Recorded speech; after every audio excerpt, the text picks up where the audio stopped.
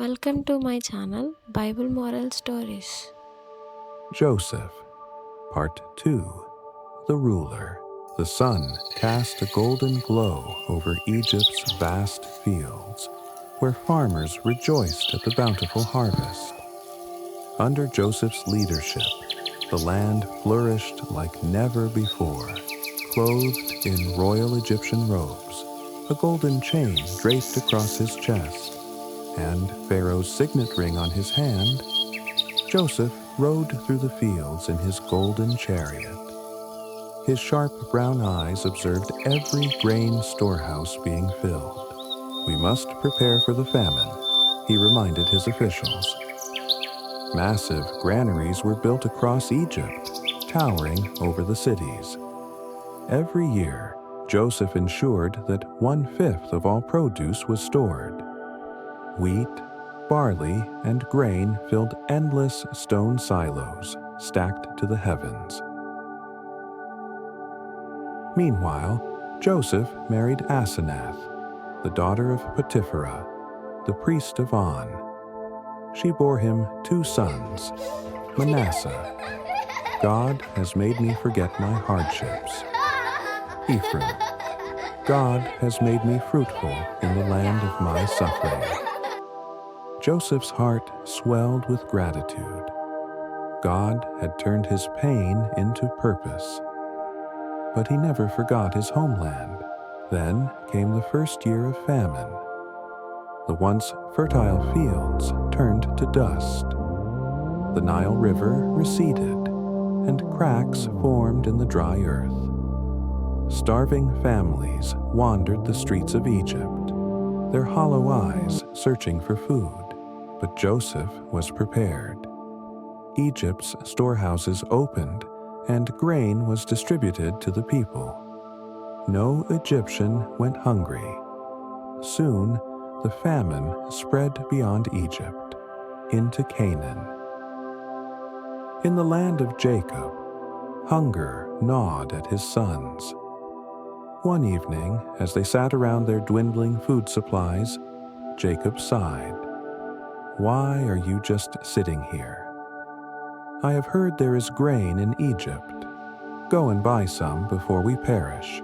10 brothers set out toward Thebes, Egypt's grand capital. They had no idea what awaited them.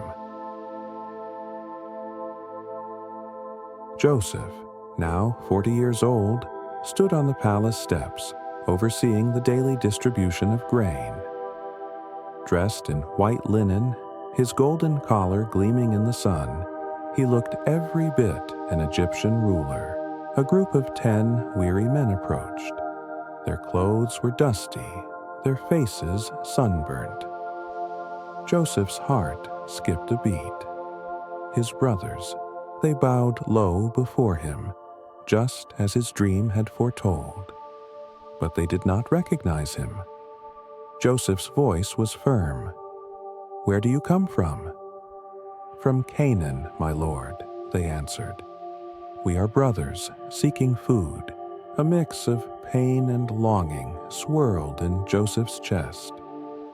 They had once betrayed him, yet now they stood before him in need. Joseph's face remained unreadable. "You are spies," he accused, testing them. They shook their heads, panicked. "No, my lord, we are honest men.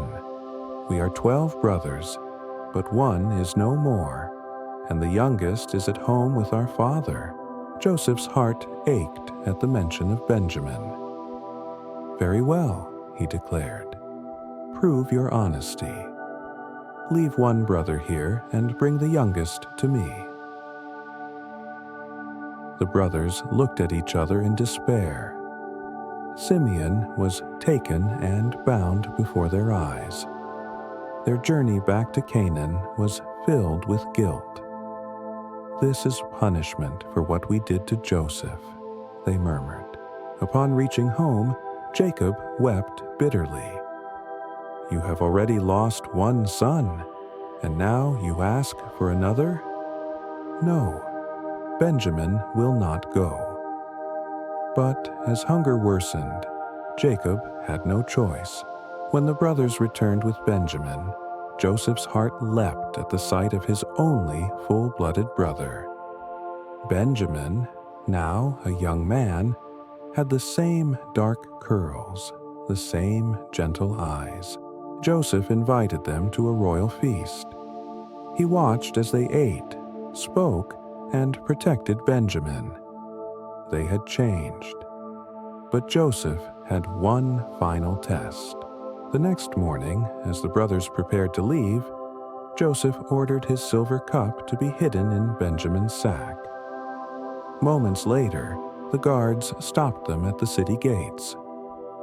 "One of you has stolen from Pharaoh's right-hand man," the brothers protested.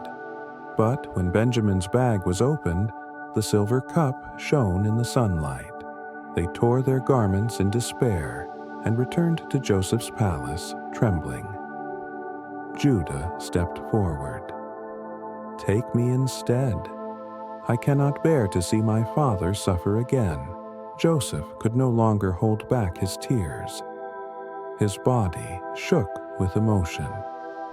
He dismissed all the servants, then turned to his brothers. "I am Joseph." A stunned silence filled the room. The brothers froze, their faces draining of color. Joseph stepped forward, tears streaming down his face. "Do not be afraid. You meant evil against me, but God meant it for good." He embraced Benjamin first, then his brothers, who sobbed with relief and guilt. "Go home. Bring my father. There is a place for you all in Egypt." When the brothers returned and told Jacob, his old eyes filled with tears. "My son Joseph is alive?" With a trembling heart, Jacob gathered his family and traveled to Egypt. At the border, Joseph rode out in his chariot.